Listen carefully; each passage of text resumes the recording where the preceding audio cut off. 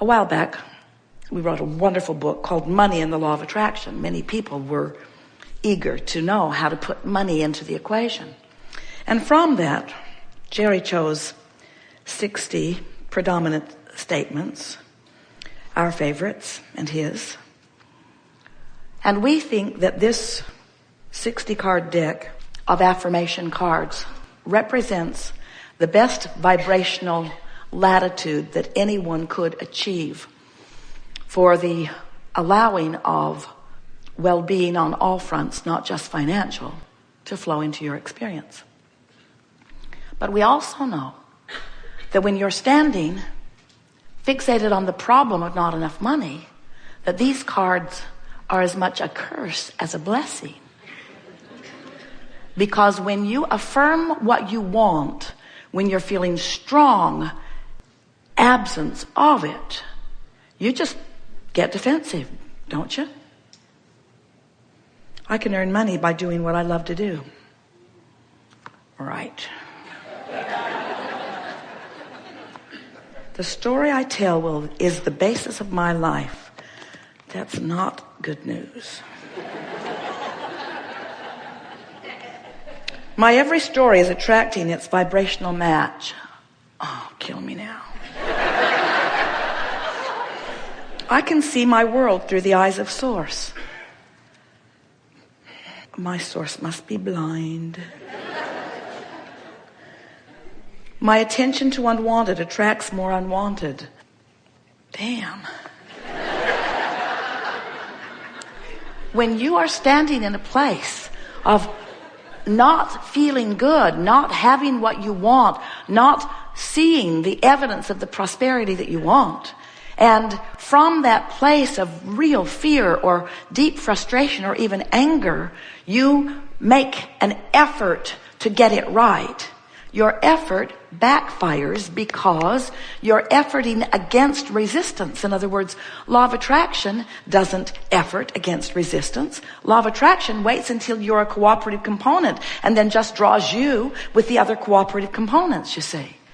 So, why would we so unwisely create such beautiful affirmations if they are so unuseful to those who need them most?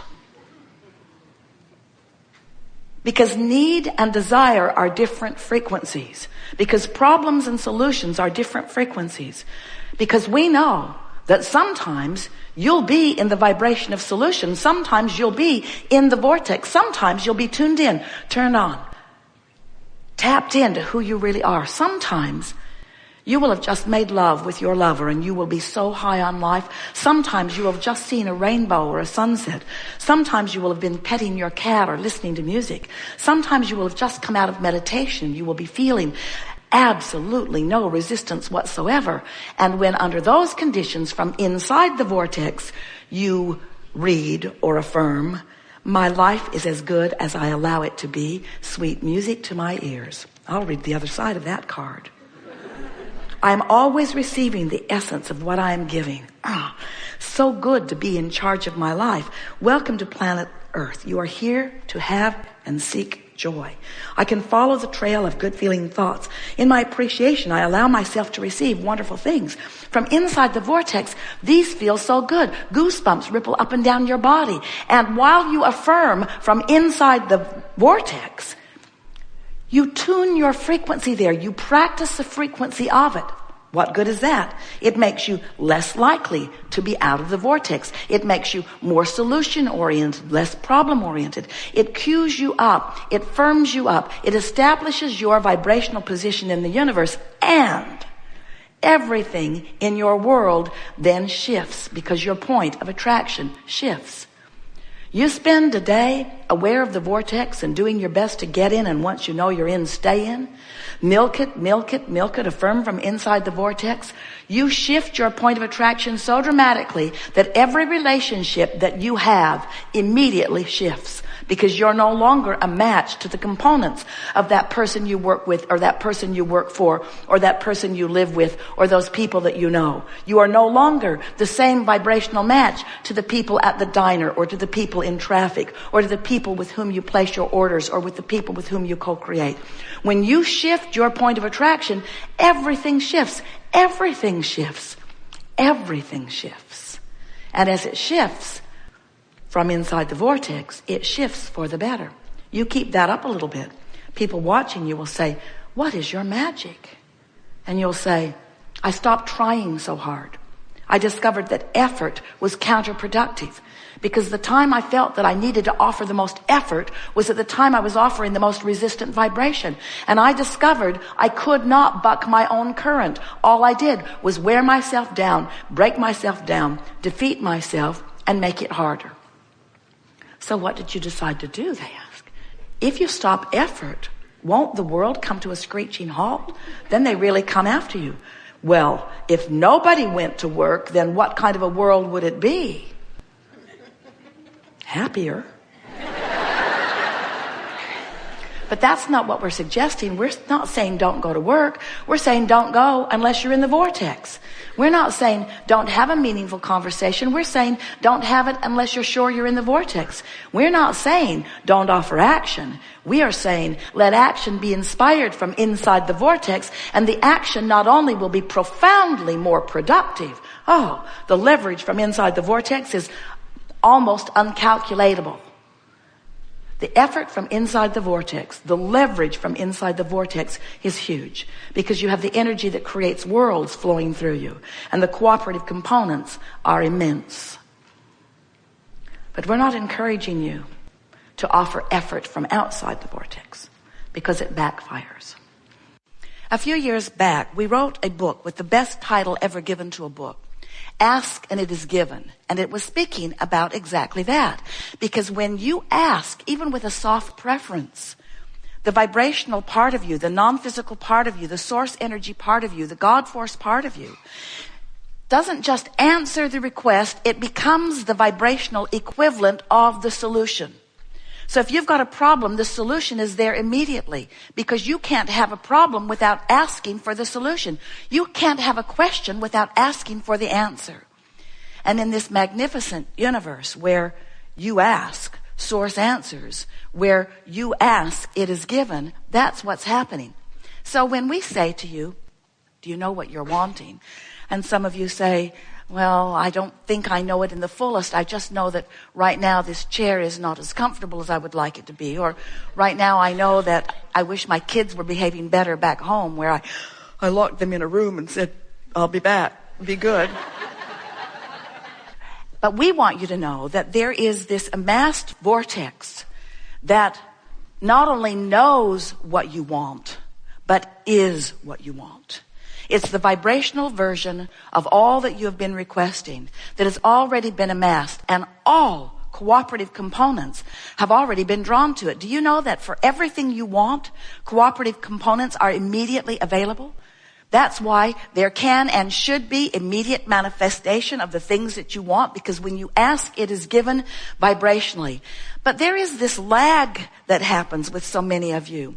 We've been giving the buffer of time the credit for it. In other words, we've been saying to you for a long time that when you want something, there is usually a buffer of time between your identification that you want it and the showing up of it, the manifesting of it, the actualization of it in your life experience.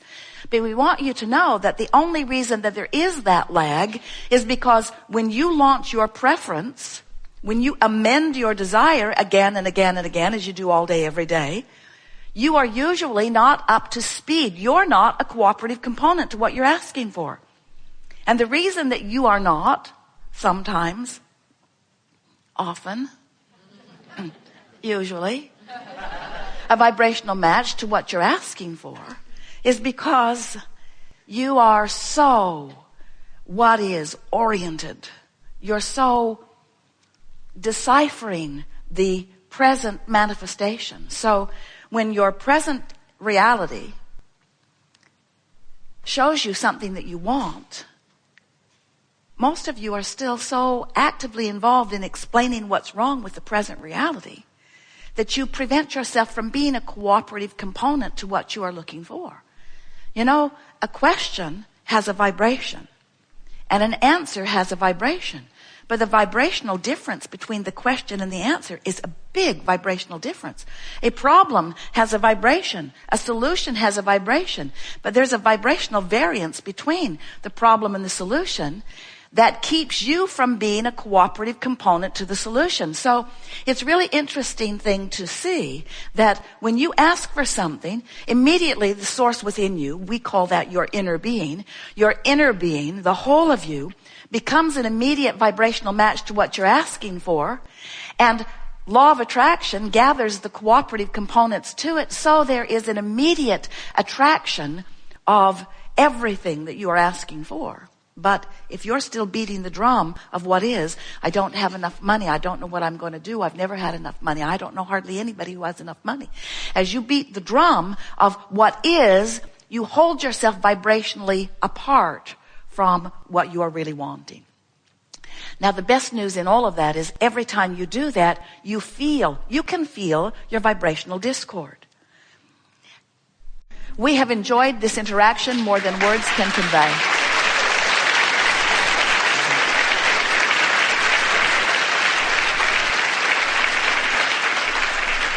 This has been a delicious unfolding, and one of our favorites ever, in that there has been so much obvious manifestation on the heels of vibrational work of different people who have been in the audience. Haven't you enjoyed that? And don't you love knowing that manifestation is so close on the heels that you could call it instant manifestation? And don't you want to begin observing the manifestations, wanted and unwanted, as you reflect back the vibrational stance that you had going? Don't you think that this understanding is going to put you in the driver's seat of everything that's going to be coming to you from now on? And aren't you eager to offer a vibration, a thought deliberately, and then watch the manifestation that follows? Aren't you eager to let the universe show you how you're doing? And aren't you willing to embrace it, whether it's wanted or unwanted, as you then explore the details of how it felt while you were generating the vibration of it, and how it felt as the manifestation came to show you what you'd generated? Don't you love knowing that you get to create how you feel, because you get to create the thoughts you think, and that the manifestation will then reflect it back to you in real time? Don't you love knowing? Haven't you sometimes thought that what manifestations are down the road relationships, or down the road businesses, or down the road success, or down the road empires, or down the road improved bodily conditions? In other words, I want to lose 40 pounds. Well, hopefully that's going to be down the road. Because if you lose it today, it's going to hurt. So, don't you love knowing that so many of these manifestations seem like these big pinnacle points, and that what manifestation also means is the conversation that I'm going to have when I leave this room. It also means the way people are going to treat me in traffic. It also means what I'm rendezvousing with from my memory. It also means the timing I'm going to have when the phone rings, whether the person that I'm picking up the phone and meeting with is the person that I really want to talk to. In other words, matching vibration, manifesting evidence of what I'm doing vibrationally. It is so delicious to interact with deliberate creation. And it is so delicious to interact on a leading edge discussion with those who have decided to be deliberate creators. It is our pleasure to play with you. And it is our absolute promise to you that what's waiting for you in your vortex is so close to be manifested that it's as soon as today that you will see the evidence of the work that you've done here.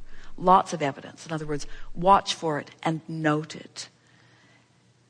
If we were standing in your physical shoes, the words that we would say several times as you're wrapping up this day: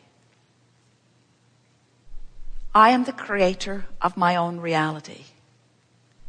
I am the conjurer of my own mood. I am the keeper of my own attitude. I am the releaser of my own vibrational butterflies. And law of attraction is the master facilitator to match up those frequencies and to deliver to me manifestational evidence for one purpose and one purpose only: to help me in the deliberateness of my creative endeavor. There is great love here for you.